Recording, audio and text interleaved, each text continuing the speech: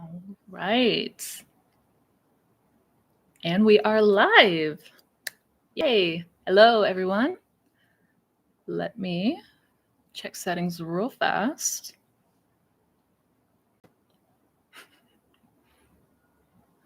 Hello, hello. Everyone hear me okay? All right. Looks good.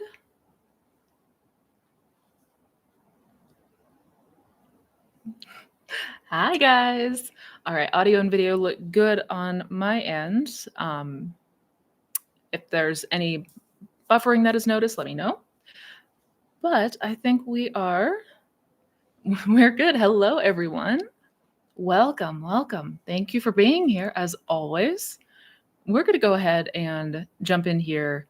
Don't want to take up too much time because today's going to be a little bit of a shorter live, unfortunately. So I want to get to it. We've already got quite a few really good questions so far, and that's only going to grow. Hello, Darren. Good afternoon from Texas. Good afternoon. Good morning from California. Mystical Sweet Sloth. Francesca, Angie, Night Snow Owl. Ooh, your name is pretty. Welcome, guys. Get cozy, get yourself a drink, some tea, coffee, a beer, depending on wherever you are in the world. Hi from Brooklyn. Hello. Hi from Iran. Welcome. Hi.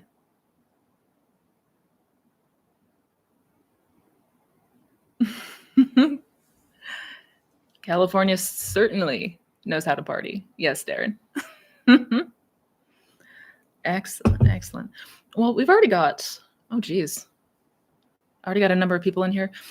Let's go ahead and jump on in. I usually like to give it a few minutes to let people get notified, but we've already got quite a few. And like I said, already some amazing questions. So without further ado, again, thank you guys for being here. Happy Sunday. I hope everyone's having an awesome weekend so far.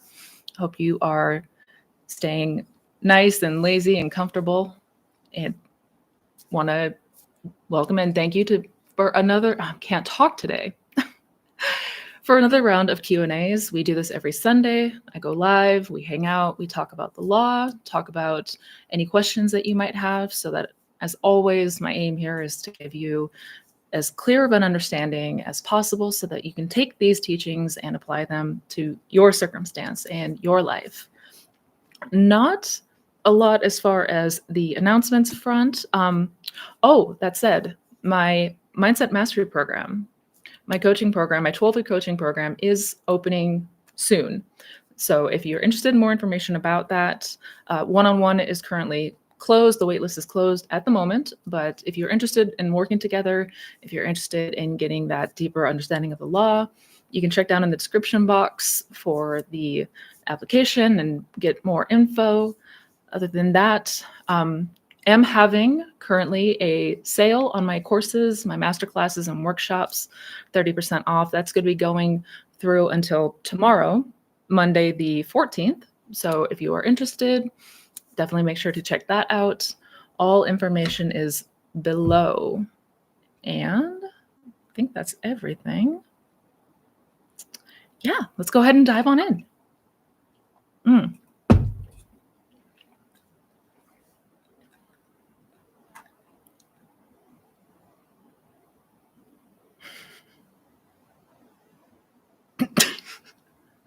Francesca. Oh, Francesca, I adore you. Happy-go-lucky. You've got a really good question. I think this is an important one. Hi, Missy. My SP is out of my league. He is repulsed by me and will never change his mind as I chased him with low self-worth. Any advice in shifting out of this state with faith in the impossible? And I think this is a really important question because I know many people can relate in some way or another. that feeling of impossible, that feeling of, I cannot perceive how this could possibly work out. And I have made a video touching on this subject, on manifesting the impossible. So definitely watch that video if you have not seen it yet. But I mean, number one, there is no such thing as impossible, as in, based on the circumstances, you cannot experience it. That's literally not a thing. But two, something that we have to remember in this practice is that we're not being asked to come into this with the full conviction that this is possible or going to happen. And I think that's something that's commonly misunderstood. We are probably not going to have a whole lot of faith initially. All we are being asked to do here is imagine, is to have the experience that we want to have in here, and take advantage of the endless imagination, because that is your creative power. That is the creative facilities. That is where your power lies. You have within you the capability to imagine anything, literally anything, no matter what. And that's why we say the circumstances don't matter, because regardless of what the 3D is showing you, you can imagine something completely different. You can experience internally something completely opposite. If I was, chained to a bench and outside and I couldn't move physically, I was literally bound, I can close my eyes and in imagination, I can run free. So I know we get lost in the conditions of the 3D. It happens to every single one of us. But more than anything, what we have to practice here is no longer conditioning the 3D circumstance in imagination. Do not take with you the circumstances in imagination, because we limit ourselves when we do that. We don't even let ourselves go there when we do that. So my advice would be, number one, definitely check out the video that I made talking about this in more detail. And number two, practice letting yourself imagine things, experiences, for the sake of doing so, and just to say that you can, and just to enjoy it. Because as long as we are continuing to bar ourselves, like set boundaries for ourselves in imagination, that's where we get stuck. Yeah.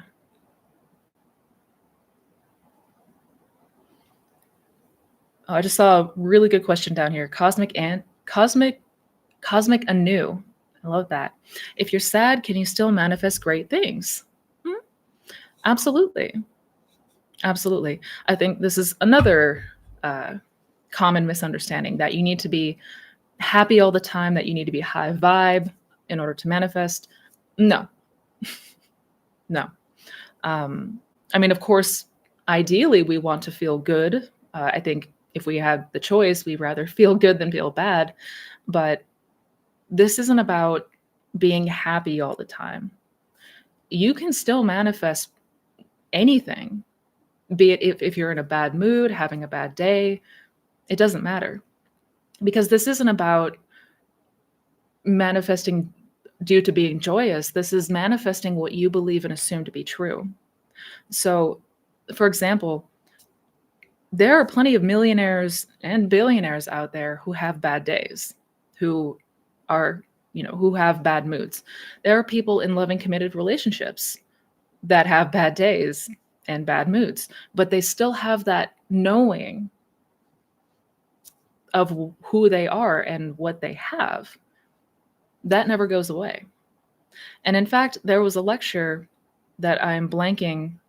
I'm forgetting the name of the lecture, but Neville gave a lecture where he talked about a man who, one of the men who went to his lectures, who used the feeling of annoyance, Like, that's what helped him and aided him in his manifestation.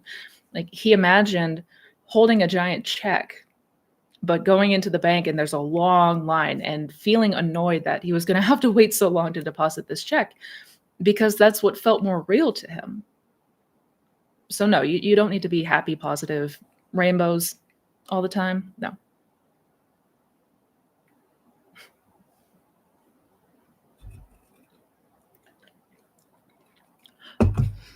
Are sats and revision the same thing since time isn't real? I mean, effectively, yes. Essentially, yes. Yeah. Yeah. But because of our conditioning to linear time, it's important to put the emphasis on the past and the future purely for the sake of understanding. But and to be clear, sats is not, yes, you could say it's a technique, but it's more just getting into the drowsy state. Like, you can, it doesn't inherently mean you need to visualize something in the future. It's just the state akin to sleep. It's just getting yourself into that drowsy and relaxed state. To be clear, like, you can use affirmations in sats. You can use inner conversations in sats. So, yeah.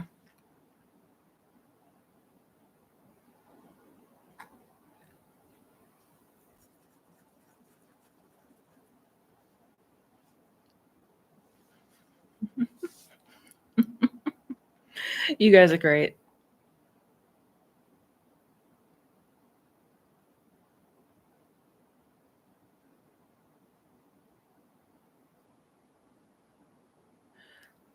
Mystical, you have a really good question. Miss, for 3 specific visualizations, I did it once and it came to pass a while ago, but many say you have to become it and feel you are it. Um, if you feel it real for a split second during visualization, will it manifest just from that if you don't think about it again, meaning there's no contradicting thought? Is the key staying in the state? Yes. Yeah. Exactly that. Exactly that. Yeah. You can, even if it is just a split moment that you feel it real, that you envelop that state, if there is no contradiction or double-mindedness, you will see it come to pass. Absolutely. Which is why for the small things, so-called small things, that we tend to have a like a fleeting thought about it and then drop it, don't think about it again, we always see those show up. Yeah. Maintaining that state, that is the key.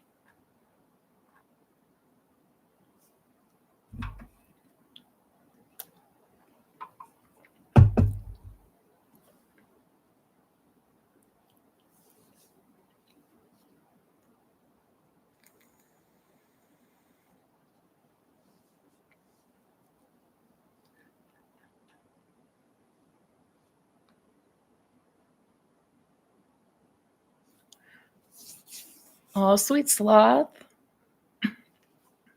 If we are burnt out and we want to take a break, we still have to be careful where we direct our attention if we don't want to manifest something negative. What to do then? Did you feel this burnout on your manifestation path? Did you take a break? What did you focus on then? I mean, to the second part, yeah. Many, I couldn't count how many times I wanted to give up. It was exhausting. Yes, certainly been there. But if we are taking a break, so when I suggest to people that are reaching burnout to take a break, that means from the insistent things that we've been doing. Maybe we've been affirming and going diligent and flipping every negative thought and micromanaging all throughout our day to day. The burnout stems from putting in too much effort, too much conscious effort. It's going to get exhausting. And in that case, we absolutely need to pump the brakes for a moment. If it's feeling like we're hitting a wall, just take a step back, even if it's just a couple of days.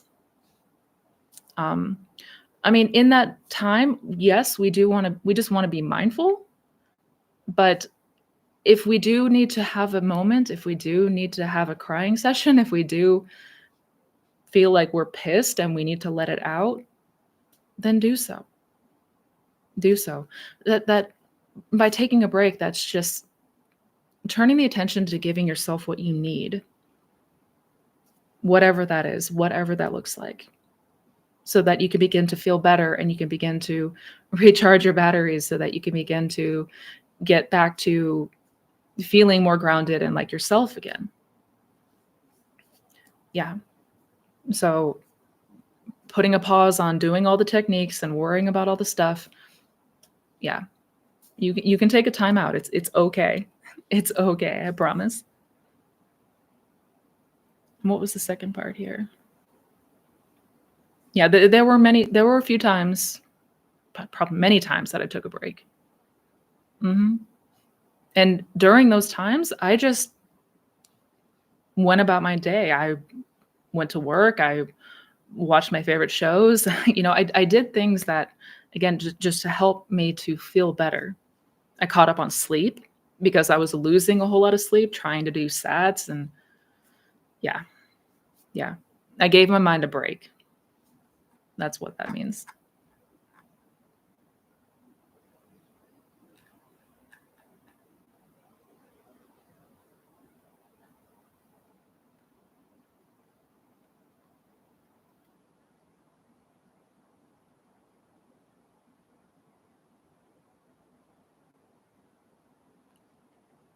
Hi, Missy. Is the occupancy of the state desired adding tones of reality and visualization? If not, how to occupy the desired state? Good question. I mean, essentially, yeah.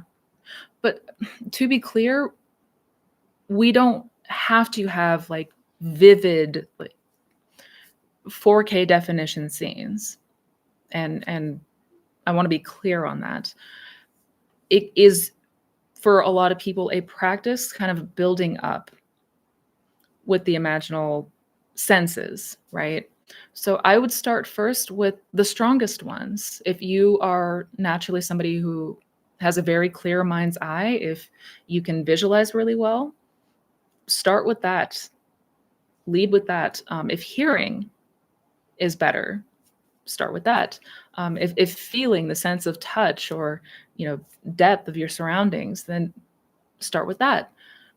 Wherever that is, just we want to try to go the path of least resistance and just practice kind of building it up from there. And there's also exercises that you can do in the day to day to like practice with the tones of reality, like strengthen this imagination muscle so that you can become better and better at seeing, hearing, tasting, touching, smelling, all of those in imagination. But the idea of occupying a state is feeling very much like you are in it. Like you're not just thinking of it as something distant and separate from you. You're in the experience of it in this present moment.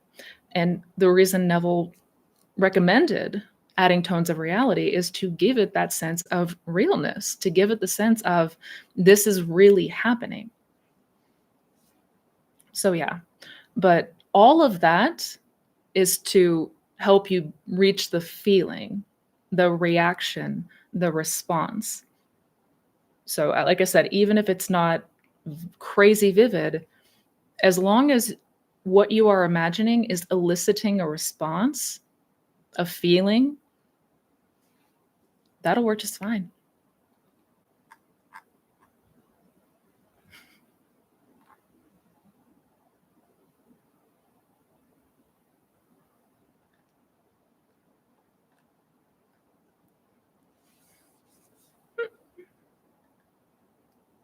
Let me see.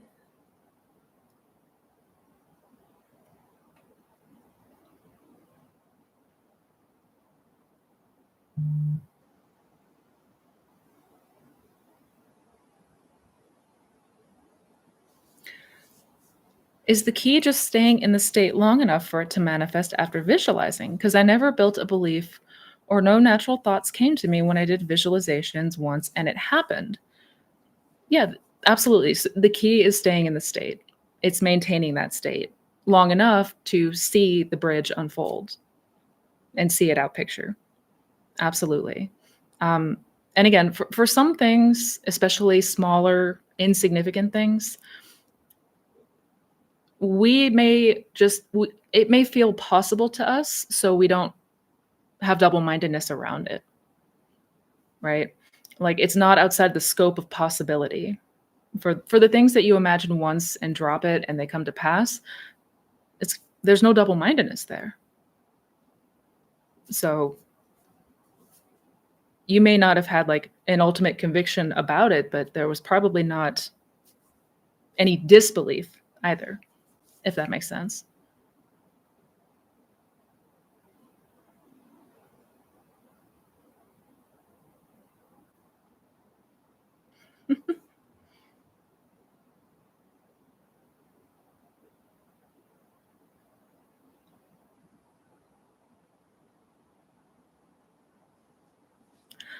AMM2 Media, hello. Missy, what tips do you have for using the ladder technique? I'm thinking of experimenting with it. Absolutely. Yeah. If you haven't tried the ladder technique, the ladder experiment, that's always a fun one to try. I made a video about it. If anybody here perhaps doesn't know what that is, but it's a faith building exercise, and it's wild. It's wild to see it come to pass. What tips do you have for using the ladder technique? I mean, again, path of least resistance. Um, you know, when you imagine at night climbing the ladder, try not to make it forced. Get yourself as relaxed as possible. Um, I mean, if you can get the details in there, great. But I guess go easy on yourself and relax into it more than anything. And then during the daytime, it does help to have reminders like on your phone, maybe on post-it notes in your office or at home that will remind you to not climb a ladder. Continue to come back to that during the day-to-day as well. But we also need to make sure that after day 3, drop it. Gotta be able to drop it.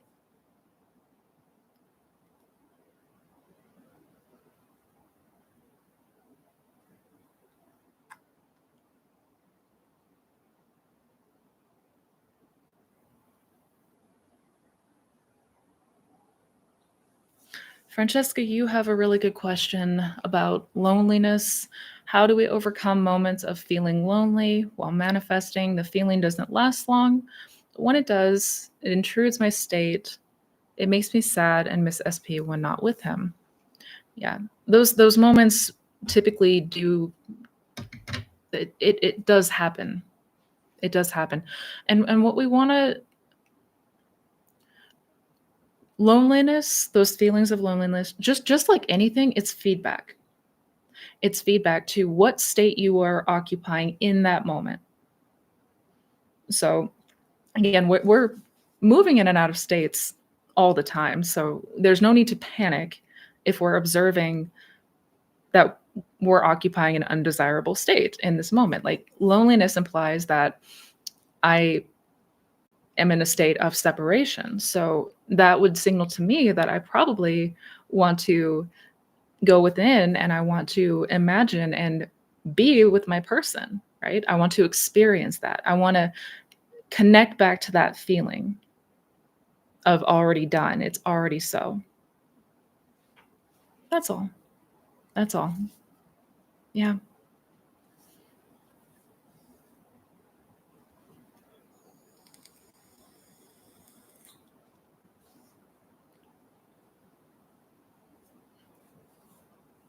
Northwest Wind, hello, sir.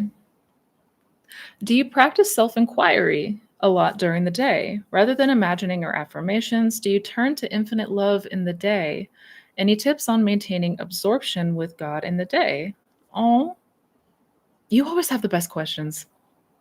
You really do. I do practice self inquiry a lot. I wouldn't say every day, not every day, but quite a bit. And for those who may not know what that is, it is, I guess, the best example to give in this context would be the I am meditation.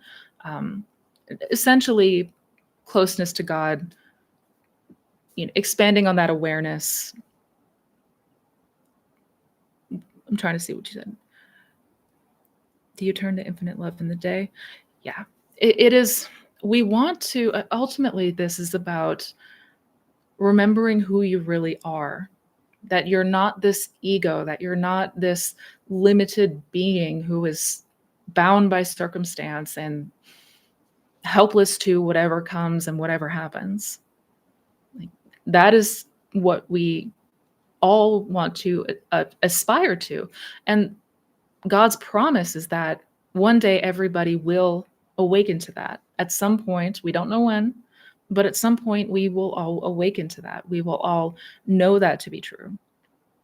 So, as far as maintaining that within the day, it really is coming back to it.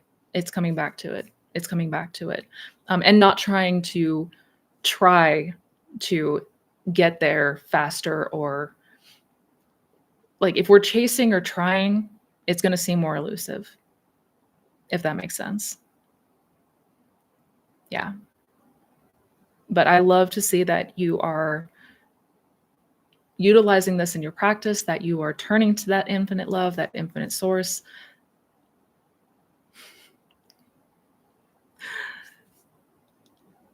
And I'm excited to see how things unfold for you. As far as the 3D is concerned, I am excited because you have wisdom well beyond your years. And I've told you this before, but I am excited to see what happens for you, Northwest Wind.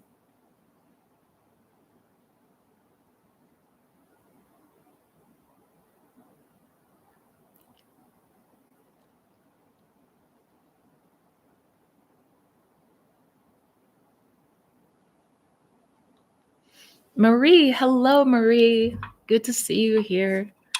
What are your thoughts about collective consciousness, such as millions manifesting the same celebrity, stopping or decreasing the strength of natural disasters, presidency election, etc.? Thank you. Good question. Well, I mean, naturally, that consciousness is everything, literally everything. God, aware, all that is, right? So yes, it is a collective, so to speak, because it's literally all things.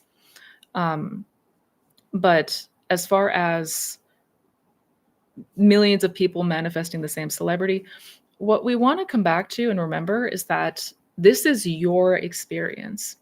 This is you as God, conscious of your world. So always remember that you, at the end of the day, are the operant power. Now, I know it's when it comes to things that happen on the macro scale, terrible things, wars, natural disasters, things like that. That's not to say that, oh, I'm responsible for all of it. But we do want to be incredibly mindful that in your world, in your reality, there's only you that is conscious of being and assuming and selecting. So we want to just come back to, what do I want to experience and how would I want to assume in this world, in my reality, as God seeing through the eyes of Marie, what do I desire that to look like? And then go there and continue to go there and continue to occupy it, big or small, doesn't matter.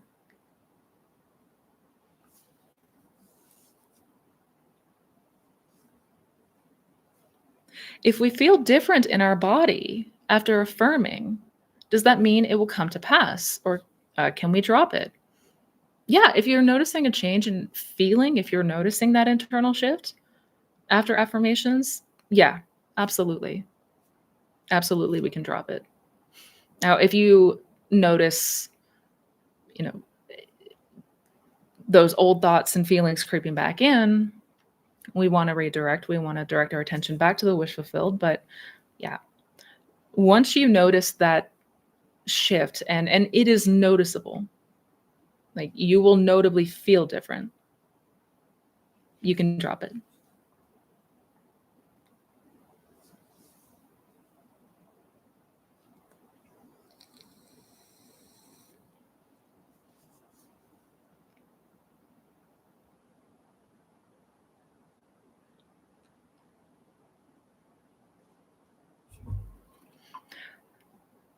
The kitties are doing good, by the way. Kitties are doing good. They are rambunctious as ever. I didn't have time to get them set up in here today. Unfortunately, it's been a busy morning, uh, but they will make an appearance next week. They are as adorable as ever.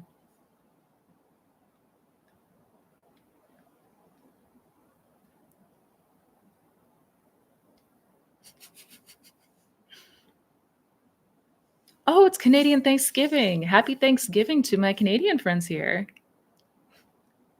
Happy Thanksgiving.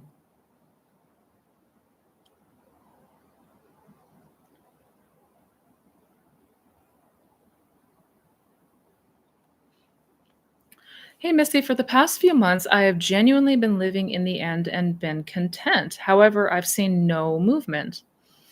It didn't feel like effort, but now I'm sad. Where did I go wrong? Mm, oh, I'm so sorry, Kate. This is, and I think we can all relate to this one. Um, as far as we don't want to assume that we did something wrong. Um, and this is where it could be incredibly subtle because we almost have this expectation that it has to happen by X amount of time. We don't know the time. We don't know what that bridge looks like, how it's going to unfold, any of that. So we really want to, I know, and I know that this part is tricky, but consistently stay in that state. Because if we're catching ourselves looking and becoming aware, that in and of itself is indication that we've fallen out. We've fallen out. And also, if things are appearing opposite of what we have been imagining, what we have been, I guess, doing in this practice, if things appear to be opposite of that, we may need to take closer look at what we are really feeling and assuming in the day-to-day. Are we sure that we're not suppressing it? Are we sure that we're not putting on a front and trying to pretend like we're okay? And I say that not to be accusing of anything, but I did that. There was a period on my journey where I genuinely thought I was living in the end. I thought for sure that I was doing it right. And then, of course, he showed up and said things and did things that were opposite. Upon closer observation, I stopped trying to manifest and just paid close attention to the natural thoughts and feeling and assumption. There was still a part of me that was buying into the old story, that still had that anxiety. And it was very subtle. It was very subtle. That's one of the main reasons why I emphasize so much the importance of observation. Just without judgment, without trying to shy away from it, without panicking about it, just be keenly aware. Give yourself a couple days where you're not doing anything but just observing, like, where am I dwelling actually? Yeah. And also remember, we do not know the time frame, but we do know that as long as we are consistent in maintaining that state, it must come to pass in whatever way feels most natural to us.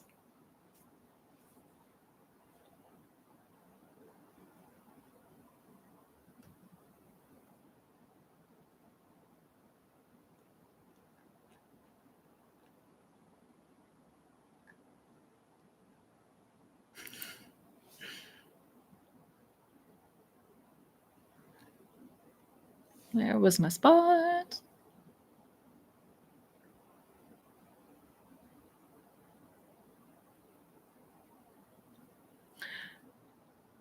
What is your opinion about giving up when manifesting a specific thing? I'm not big on it. As in giving up and walking away and finding something new entirely. Not how I teach. I'm a huge advocate for taking a break if you need to take a break, if you need to just put everything on pause for a moment, if it feels like you're reaching a place of burnout, absolutely give yourself some space to breathe and collect yourself and get back to feeling like yourself again. But giving up, no. Mm. I mean, if it's what you really, really want to do, but in most cases, it's not what we really, really want to do.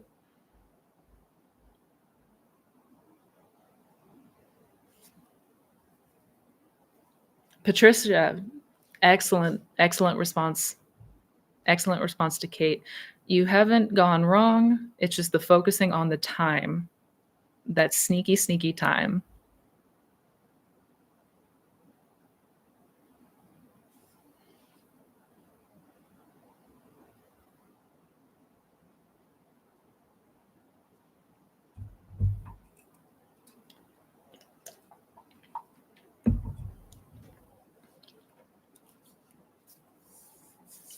Hi, Missy. We think we already got our desire in 4D, but can we think manifestation is coming in 3D?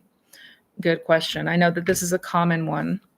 Um, how do we go about the 3D? Do we assume that it's coming? It's already here? Well, I mean, naturally, because we have eyeballs and we have ears and we have senses, physical senses that tell us that something is or isn't a certain way in 3D, it's not about lying to yourself as far as the 3D is concerned. Like, none of this is about trying to lie to yourself or make pretend or anything like that. Um, but we do understand that the 3D operates differently than imagination, because imagination is not bound by linear time, or at least we have the perception that things in the 3D run on linear time. So we know something to be true, we feel certain about it. So naturally, it must come to pass. Yeah, it has to. Where we want to be mindful is that we're not in a state of waiting, that we're in a state of where is it? Anticipation of it. That we just want to be very careful of. But we can drop that entirely if we already know and understand that the 3D follows the 4D. So if something's done for me in 4D, I can move on. No need to wait.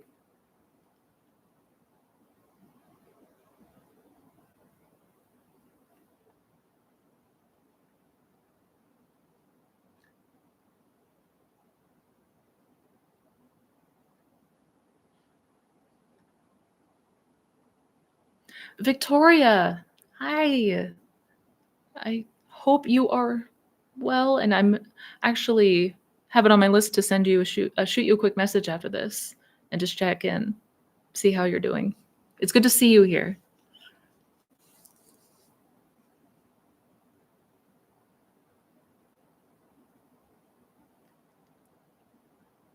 Feeling fulfilled within is the best gift you can give yourself. Amen. Amen.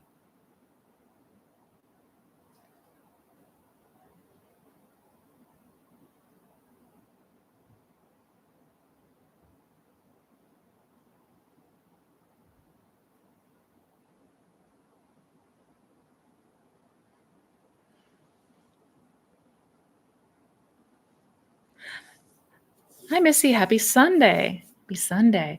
What's your best tip to deal with unwanted beliefs you've realized you have through observation, but no memory to tie them to?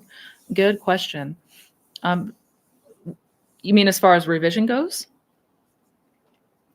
So even if we don't have a specific memory to tie something to, like we have a belief, we don't know exactly where it stemmed from or where it started, the seed that was planted, we can imagine instead new memories. We can essentially sort of insert new memories, for lack of better words, of things that would imply that we had a different belief, right? So if I, for example, perhaps have, you know, low self-esteem or self-worth, I don't feel really good about myself, I don't have much confidence, um, the belief just being I'm not good enough, you know, I can imagine memories, so to speak, times growing up where if things had gone different, I would have a different set of beliefs. So a lot of cases it could be, with our parents, if our parents were maybe not very involved, not very loving, supportive, you can you can construct a memory that implies that your parents were very supportive, that you were very um, loved, and that they were always compassionate, that they were always they were always there for you. Again, this is purely an example, but you can construct because memories are imaginal acts at the end of the day. So if you want to change a belief, we can do so through imagining that things had been different. Because if our experiences had been different, our beliefs would be different. Hope that makes sense. But I would play around with that.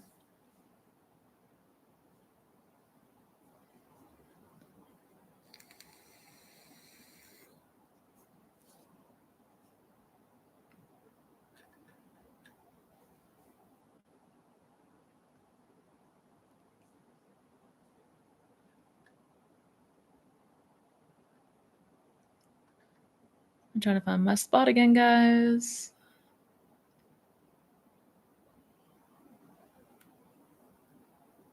I know I say it every week, but I absolutely love the interactions that all of you have with each other. Like, this is so beautiful to see.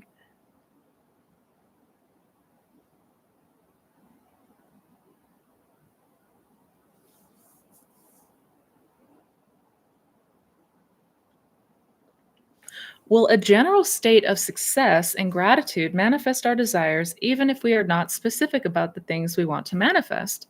Yes. Yes. Mhm.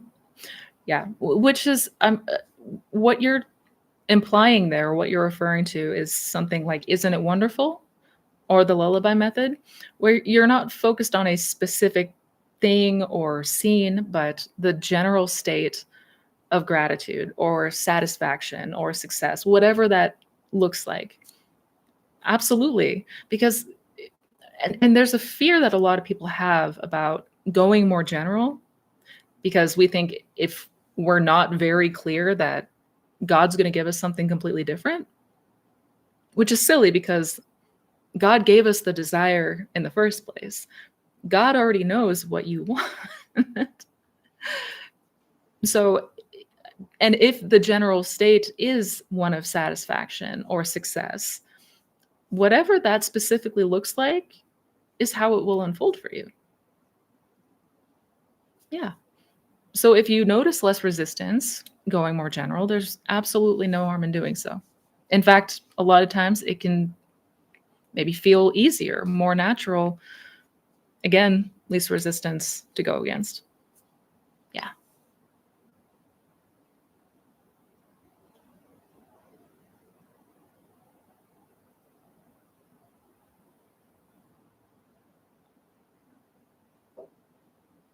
Oh,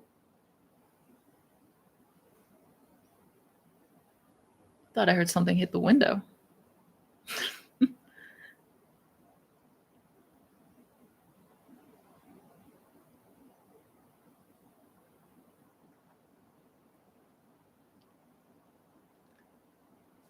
Good morning. Jackie, good to see you here.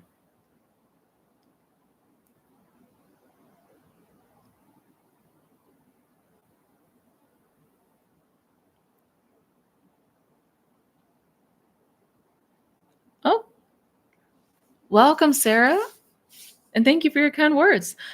Hi, Missy. I really love your channel and I've learned so much from you. Aw. My question today is about my desire. What I desire may be considered frivolous and vain by some because it has to do. Oh, where's the part two? Oh, no.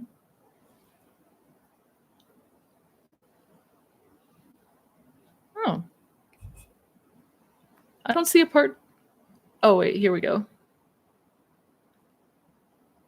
I see a part three, but not a part two.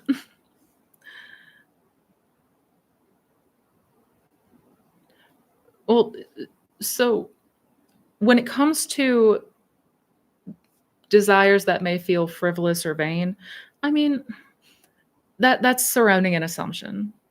That's a belief. That's if it's something that you enjoy and there's no harm to anyone else, give that to yourself. Give that to yourself. There's nothing wrong with experiencing something that is deeply satisfying to you. Yeah, and I'm so sorry if some context was missing in your question, but there's nothing that we need to again, a lot of that is stemming from how we've been conditioned to think, oh, if you're focusing on something for yourself, you're being vain, like this life is supposed to be self-sacrifice and struggle all the time. No, we can get rid of that entirely. Restructure my belief around this, and it's tricky because I feel like this particular job would be a selfish choice and not benefit anyone else. I mean, again, how would it be selfish? And I know I'm probably missing a huge chunk of context here, but um, like if nobody else is being hurt by this choice, and we don't have to assume that it would, we can naturally assume that you know this is my desires always come with you know everybody's best benefit. So I guess how do you mean not benefit anyone else? Regardless, I think the easiest thing to do is first understand that yes, there is a lot of ways that we have been shaped and molded depending on our environment, our parents' beliefs, societal beliefs. There's a lot of crap that we're still carrying around with us that we can let it go. We can drop it already. If you have a job that you desire to do, if you're being called to do something, and again, it's not at the detriment of anyone else. No one's being hurt by it. Yeah. But again, I might be missing something important, so fill me in if I am.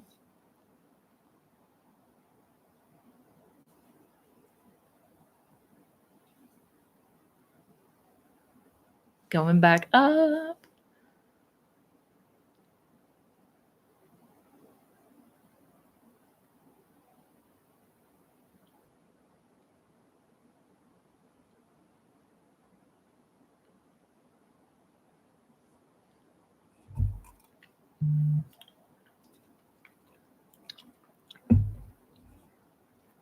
Hi, Missy. I've been struggling with letting go of the old story while trying to manifest my SP. How do you stop yourself from messing with the middle? I keep believing in the worst case scenario. Yeah, know that at first, initially, you're likely going to be having to redirect yourself to that new state and that new story because inherently we kind of fall back into whatever dominant state we've been occupying. So, whatever the dominant beliefs and assumptions are, is where we tend to gravitate back to just unconsciously without thinking. So, at first, it may be the case that you go to the end, you're putting yourself in that new state, but then a few hours go by, a few days go by, and you find yourself regressing back into those old ways of thinking. That is normal. I have yet to meet a single person where that was not the case in some form or another. This is exactly why we're taught persistence. We are taught that 70 times 7, we want to go back to that new state until that becomes the familiar dominant one that we are just naturally occupying without even thinking about it.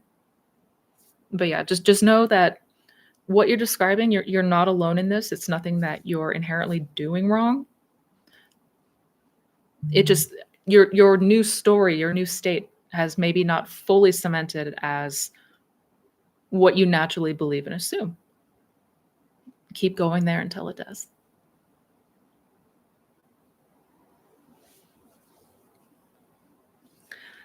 Hey, I'm seeing SP's name, dog breed, and car everywhere. Does that mean something? I mean, as far as signs are concerned, it means you've been thinking about those things a lot.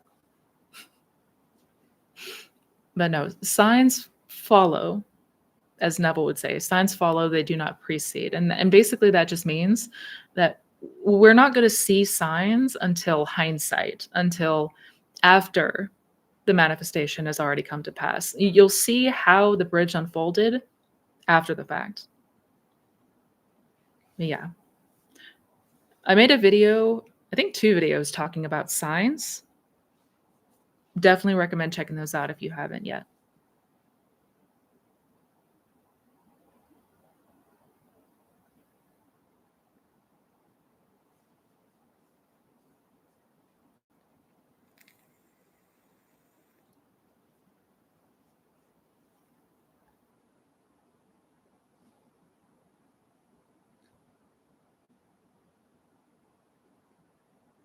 Hmm. Sorry, chat is jumping.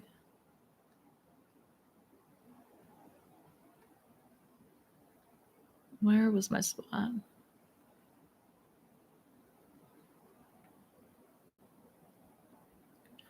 Do we need to release all limiting beliefs before successfully manifesting? No. No, nope. That's a condition that we're placing on it. I mean, to be clear, we absolutely want to continue to transform ourselves. We do want to recondition any limiting beliefs that we may have, but that's not to say that you have to do all that before your manifestation can come in. No, no. You can see things come to pass, before you've completely and totally changed for good. But I do want to emphasize the importance of continuing this practice until there has been a change within to self, to the beliefs and assumptions. Like if we want things to be permanently different, we got to recondition those beliefs. Yeah.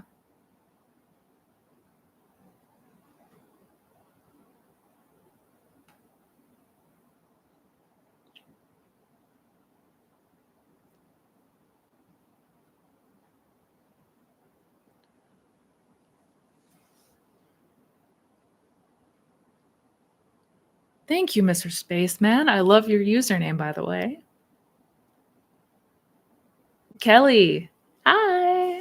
I'm excited to see you soon. Hi, Missy. I look forward to SATs every day and think of it as spending time with my SP. Yes. Yes. That's the mentality. That's how we want to perceive it. You are spending time with your person. You're not just fantasizing about them. Oh, you're going there, and what you are experiencing is real. That's it.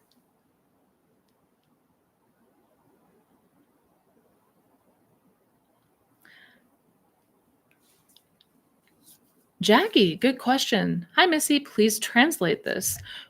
Quote, when you understand the redemptive function of imagination, you hold in your hands the key to the solution of all your problems. Good question. So, what Neville's saying there is when we come to understand the scope of imagination, what it truly is, and how it can redeem us, how it can transform us from the inside out, you're not going to be at the mercy of anything outside of you.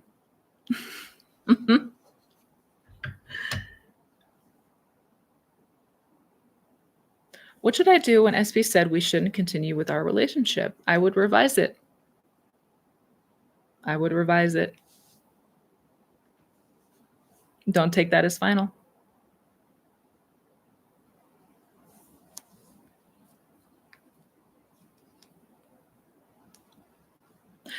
Devin, yes, I did. I did receive it. And actually, I've got it drafted, just about ready to send to you this afternoon. Appreciate you.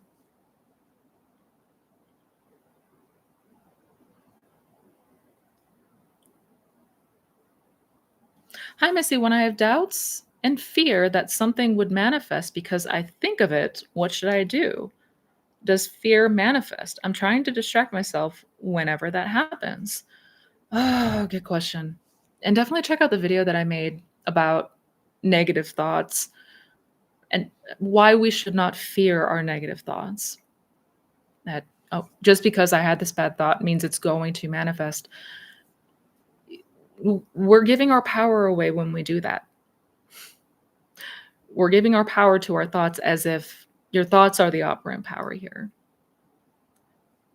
You know, one of my favorite quotes from Joseph Murphy is that the thinker is always more powerful than the thought. So if you have a negative thought that causes a negative reaction, you can always revise it later. You can always, you do not have to accept that, oh, just even if the seed was planted, you can always uproot it. We're not at the mercy of our thoughts. Thoughts are not the power here. That is not what creates. Maybe against what we might have been told or believed, it's not the thoughts that create. It's I am, it's consciousness, it's awareness. That is the creative power. That is you.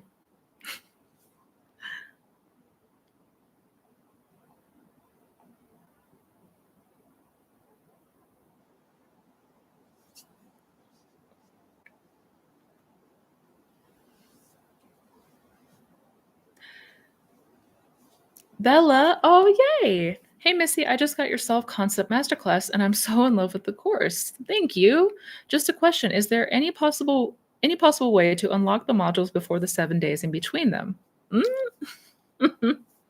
So for those who may not know, with my masterclasses, they are on a drip schedule set to be released every 7 days. And that is very intentionally designed because the way that I design those courses is I want you to make sure that you are applying everything and that you're not just taking in the information, but actually doing the practices that come with it. So that we're not just kind of speeding through it and then moving on to something else. And not to say that that's what you're doing, but I know for myself, I had a tendency of doing just that. So in the case of transformation, really want to make sure that those materials are being used consistently. We got to be doers of the word here, as Neville always says. However, if you really, really, really want to, you can always email me. That's not a problem.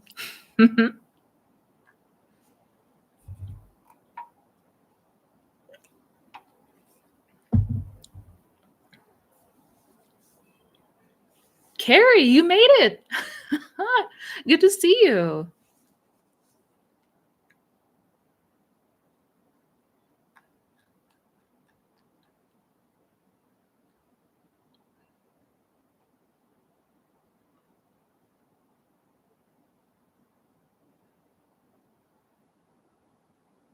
Where was my spot? Damn it.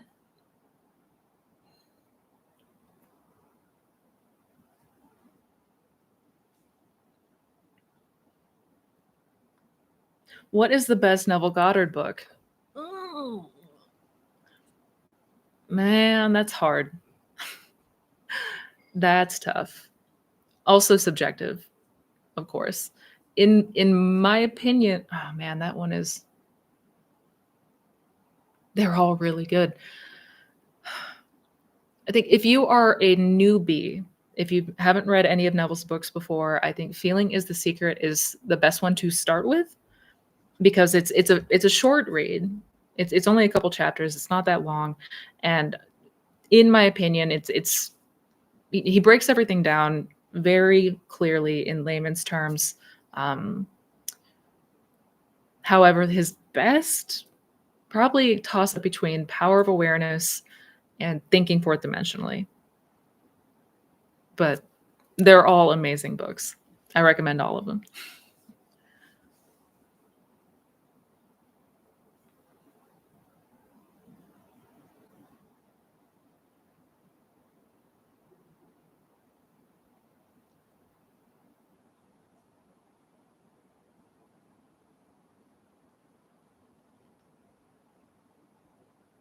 I try to live in the magician.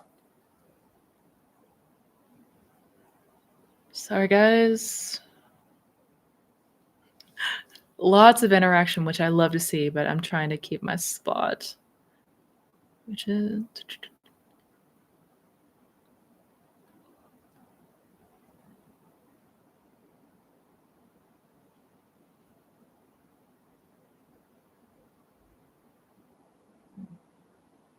what do you do when SATs and revision make you feel sad? I haven't spoken or seen my SP in 5 months. Is it over?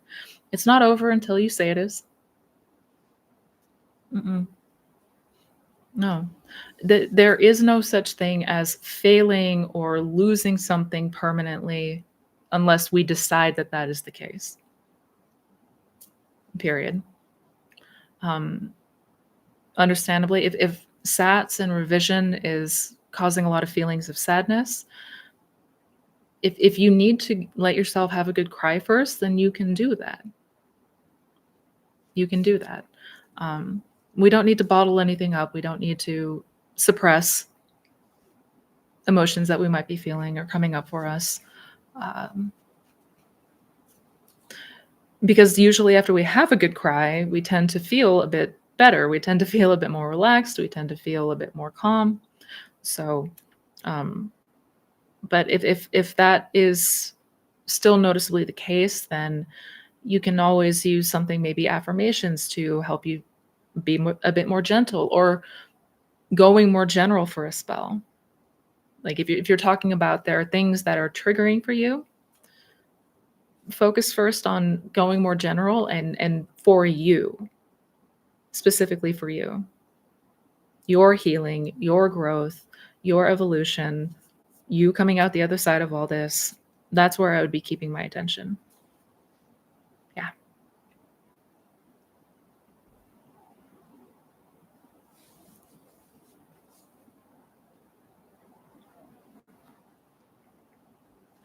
When I try to live in imagination and have my desire there, it feels like the 3D shows other stuff that I don't want when I try to persist in my desired reality instead. Mhm. So that is the challenge here in this practice. The challenge here in this practice is persisting in the imagination despite the 3D and not letting yourself get caught up in the 3D. It's but that is the whole purpose of what we're doing here. It's a practice, though. It's gonna at first likely feel challenging. We're gonna get distracted by the 3D. That's normal. That happens. But can we redirect? Can we put our attention back to what we want despite what this looks like? At first, it may feel impossible to do so, but with practice, you will find you can go anywhere in imagination. It doesn't matter. Does not matter.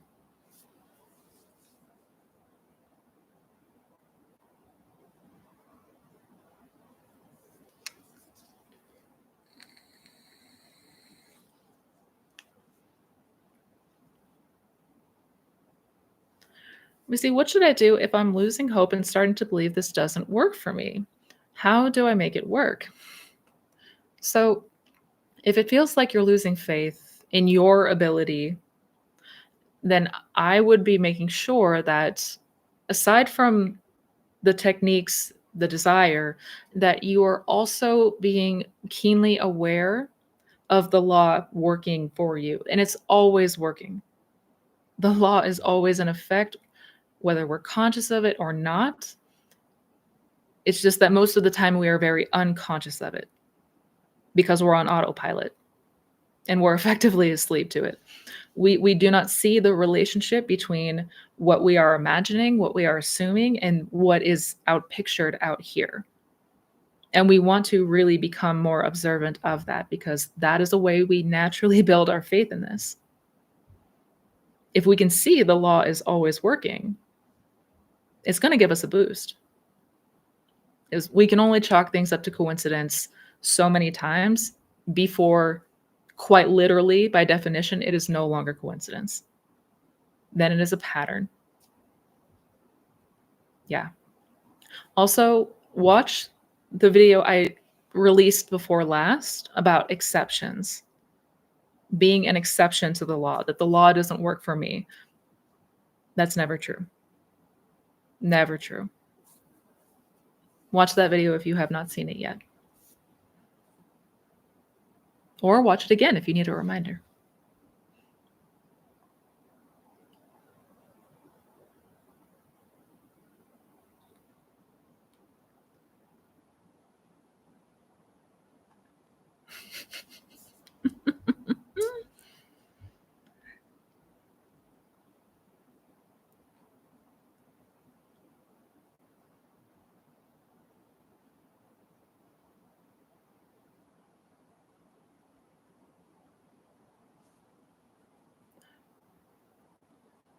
Missy, is your chest tattoo about something mystical or the law of assumption?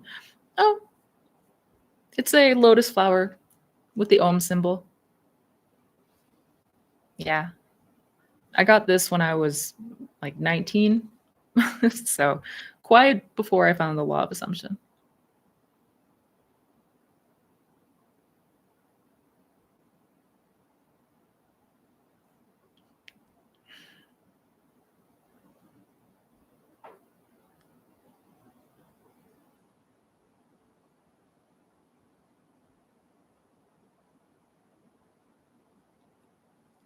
How did you fully get out of the double-minded state on your journey?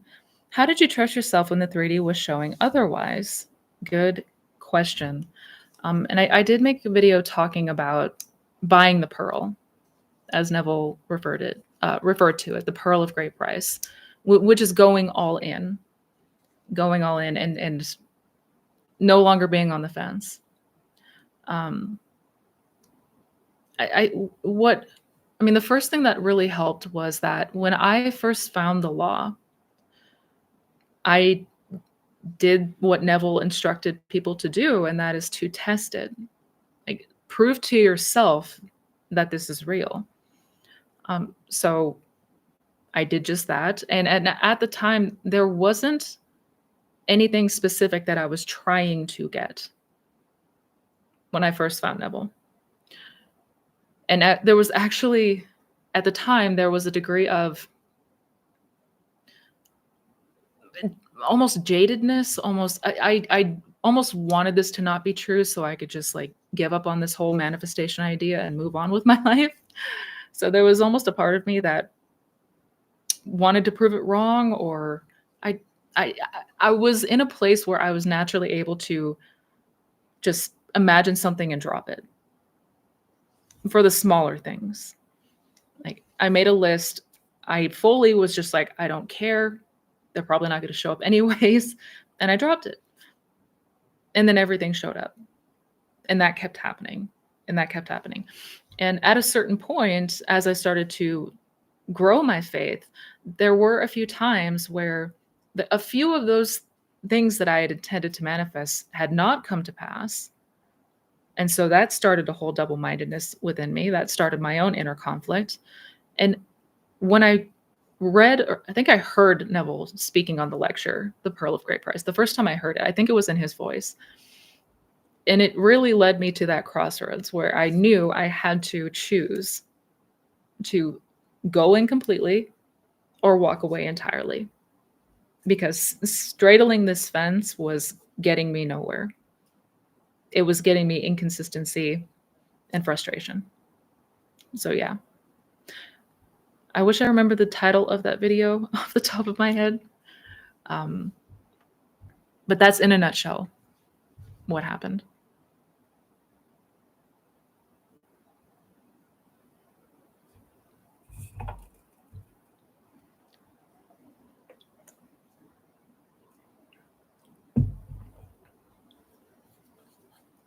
Hi, Missy. Is it really important to imagine a scene that follows the fulfillment of the desire, like celebrating anniversary or congratulatory conversations? Yes.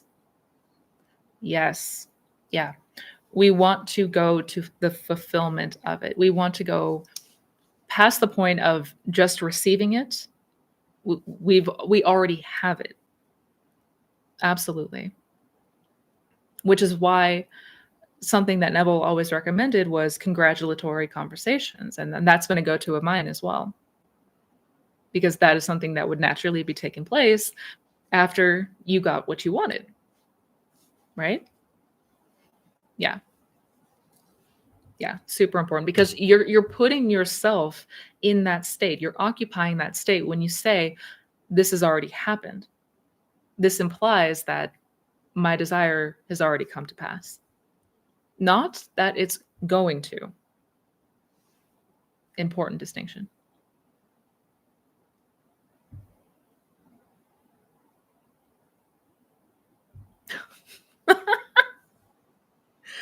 Kelly, you are so sweet.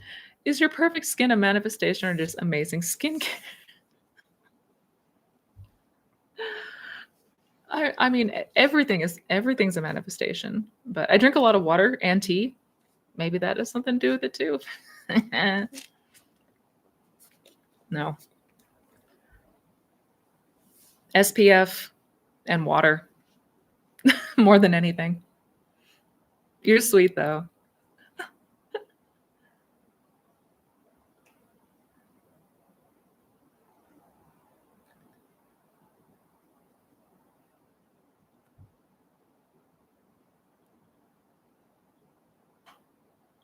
Do you watch any other YouTubers that talk about things like manifesting and self-talk? Like, for instance, Joseph Rodriguez or David Byer? If so, your thoughts on them? I've heard of Joseph Rodriguez. He's the PowerPoint guy, right? If I remember.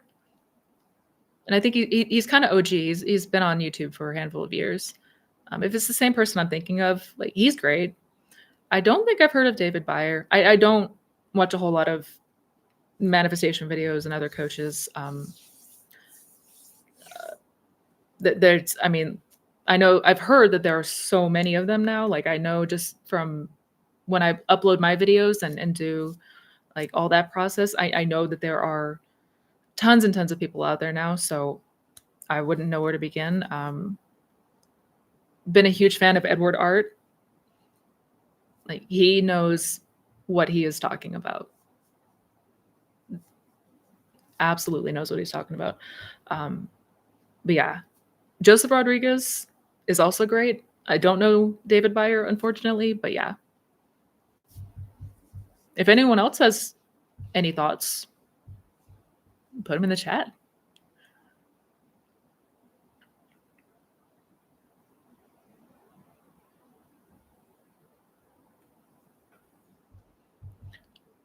For SP success stories, what's the fastest circumstance turnaround for an SP to change from hatred to love again? I've been being so patient and persisting and not messing with middle, but I don't know. What's the fastest turnaround that I've seen? I think like an hour, minutes maybe. But that said, we want to be mindful of feeling patient. Like, patient for what? For something to happen in the future? Like, this is what I mean by being really mindful. Where are you dwelling?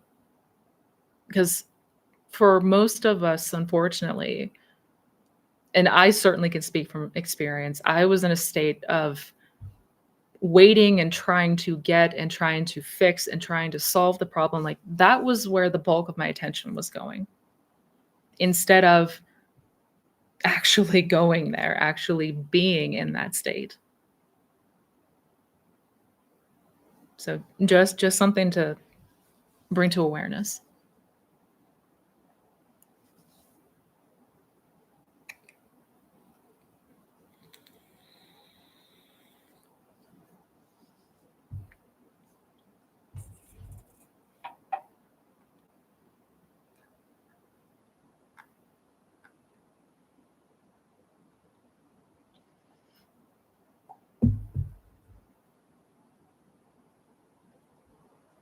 How do I assume?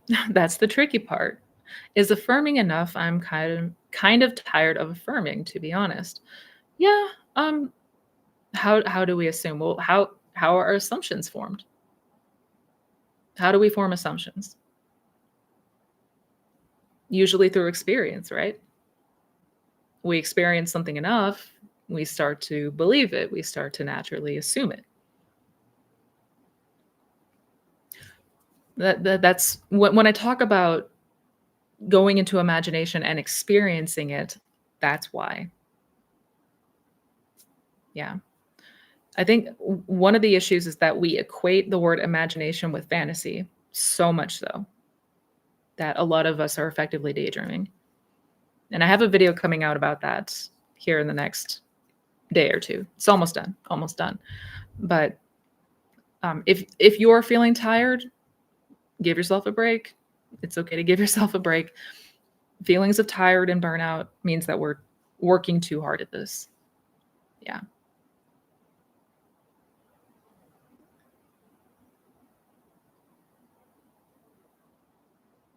Some people say that self concept is bringing SP back. What? While others say that it is not. Is it okay to robotically affirm things like it's obvious I am the prize, while at the same time affirm for SP? I want to make sure I'm understanding. So, to be clear, your self concept is just the total of your beliefs and assumptions. It's what you are naturally assuming about yourself, about your person, about other people, how the world works. It's the total of that. That is your conception of self. What you are identifying with, what you identify as, that's all self-concept. I don't know what that means by bringing SP back, but that is what self-concept means. So when we say to change the self-concept, that is change any aspects of your beliefs that are in contrast with what you desire. So if you desire a specific person, but you believe that they don't like you anymore, or that, you know, they don't do long distance, or they can't do this, or I can't do that, you know, there's too many fights, they told me this, whatever the reason, like, that's what we are changing. It's our assumptions about what we desire. Because that, when we change that, it becomes reflected outwards. So yeah, affirming, it's obvious that I am the prize. If you are resonating with that, if it genuinely helps you to feel that to be true, then absolutely keep doing it. Yeah.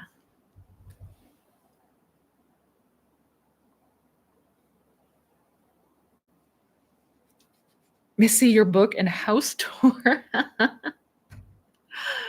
Oh, Francesca. Yeah. I got a couple more chapters done in the book, but it's about, I wouldn't say quite 2/3 of the way done. Somewhere between half and 2/3. It's coming. It's coming.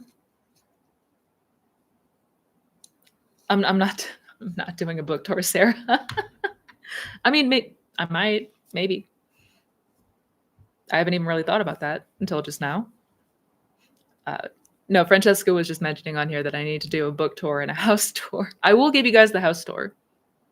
I will give you guys the house tour. I've been meaning to do that. It's been a whole lot of organizing and unpacking still, even though we moved here in July. But yeah, house tour is coming soon. And I will be announcing, y'all will be the first to know when the book is released. I promise.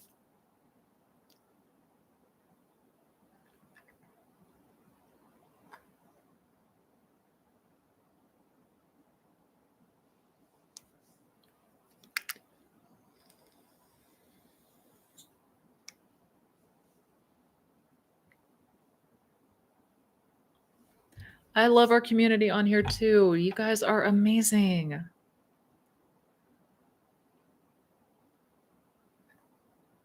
You guys are so amazing.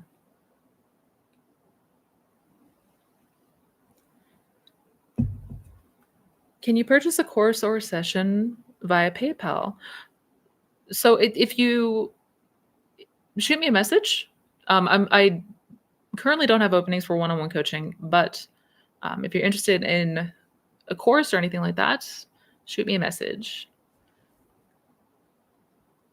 We will help figure out the PayPal thing.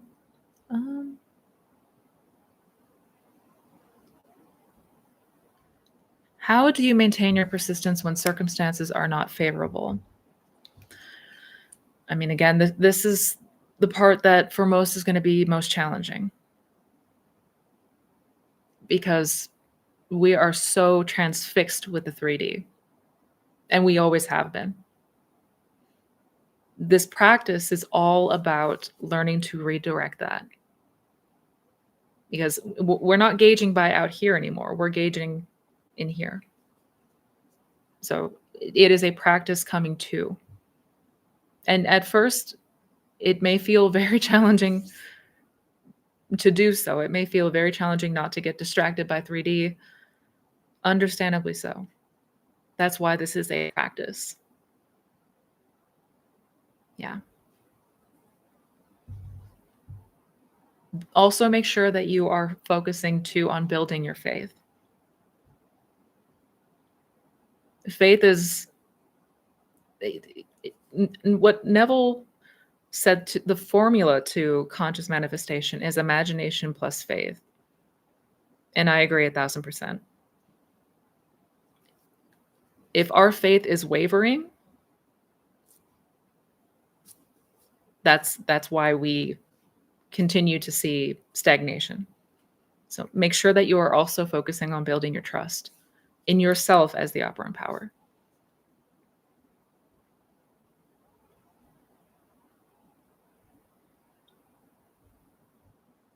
Oh, Nico, my daughter has been dealing with bullies in her class and it's really affecting her. What should I imagine, revise so it's not bothering and hurting her feelings? Please give me some ideas. Ay.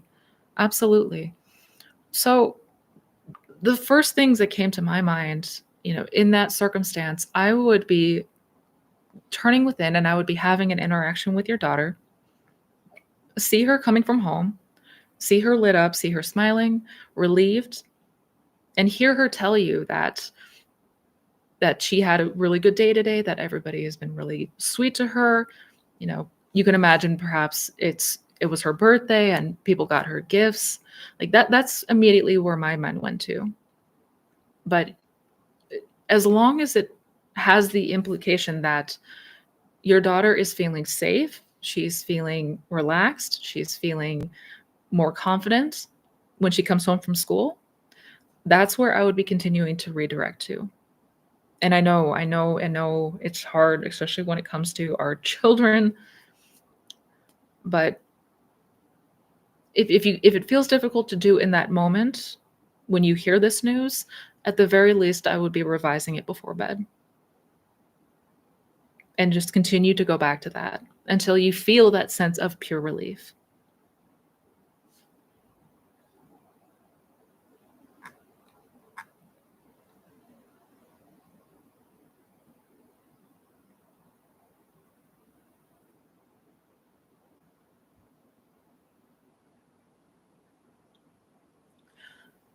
John, sir, a tip that I used for eliminating a third party was this. I used everyone as you pushed out and assumed that the third party was just all of the parts of me suppressed that my SP loves. My neediness disappeared, and so did the third party. Brilliant. Brilliant, sir. I love that.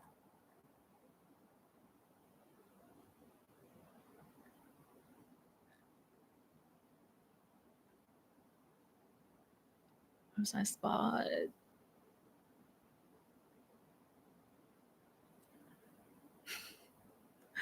Oh, I'm looking at the time. I do have to go soon, but I got time for maybe one or two more questions.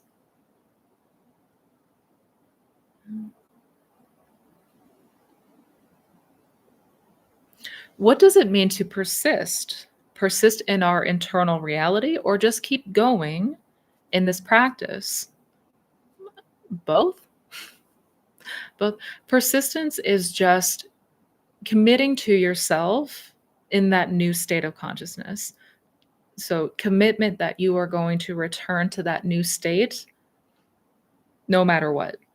Even if you fall out, even if the 3D shows up opposite, even if something happens, it is commitment to that end and going back there.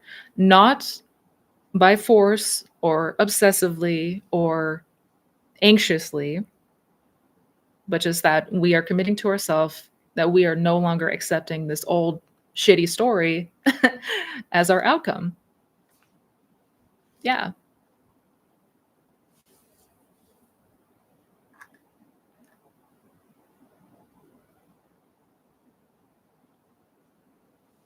Hi, Missy. I did my affirmations and I felt so warm and good inside, like an absolute certainty. Are we supposed to feel like this all the time? Because that intense feeling went away after a while. Thanks. Good question. So, yes and no. This is amazing to see because we absolutely want to reach places like this internally. We this is the feeling when it just becomes so certain, like so warm and just that that intuitive feeling that we get for something really good and knowing that to be true.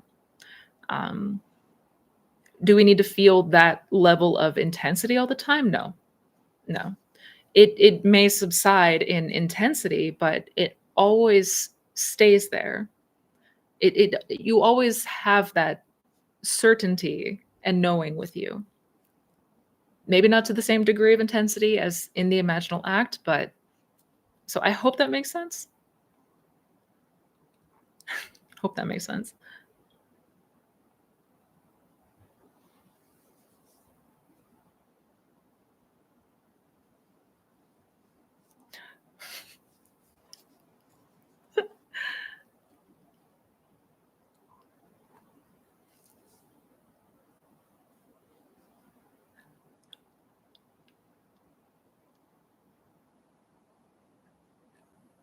I'm trying to I'm trying to find a question here. Hi, Yara.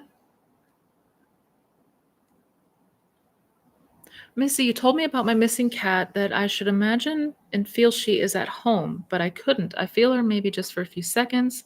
It seems like she is a memory of the past so far away. Hmm. Um, I'm looking for the part two.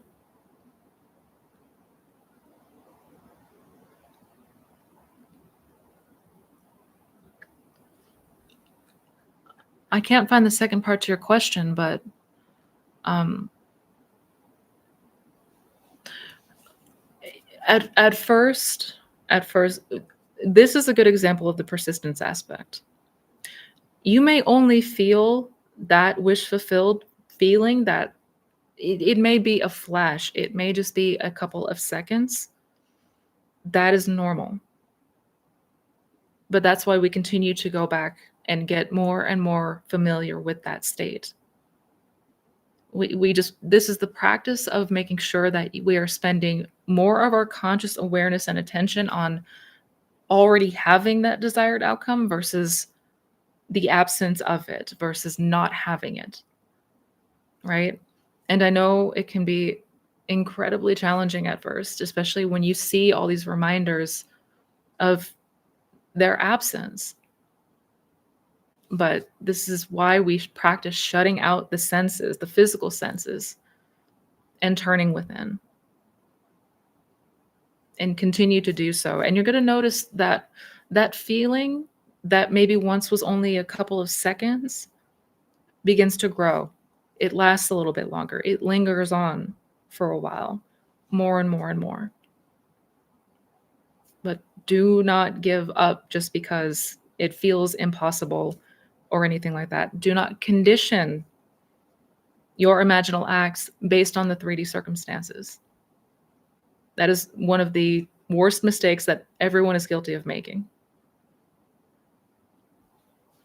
Keep going. If it helps to, imagine a scene where you're telling somebody that your cat came home to safety, whatever that may be. Hear somebody, congratulate you and say, "Oh, thank God, I'm so relieved to hear that she's okay." But we have to practice continuing to go there.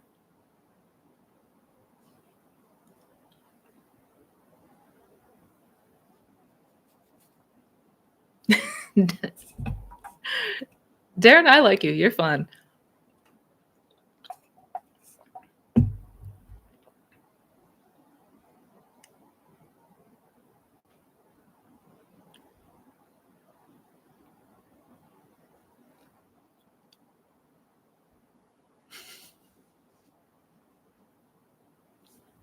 How do we get past intrusive thoughts of third party when we are meditating?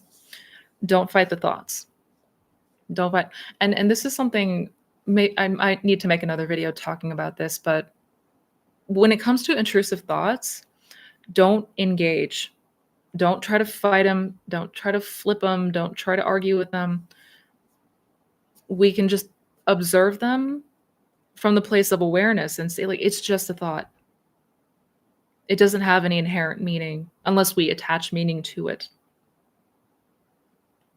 So at first, when you start meditation, yes, your mind's going to wander. You're going to have thoughts coming in, thoughts going out again. That's completely normal. Don't fight. Don't engage. Don't breathe life into those. Just practice letting them drift on by. And then turn your attention back to whatever you may be wanting to focus on, whatever you were focused on. It does get easier. That monkey mind starts to slow down a little bit. That I can promise.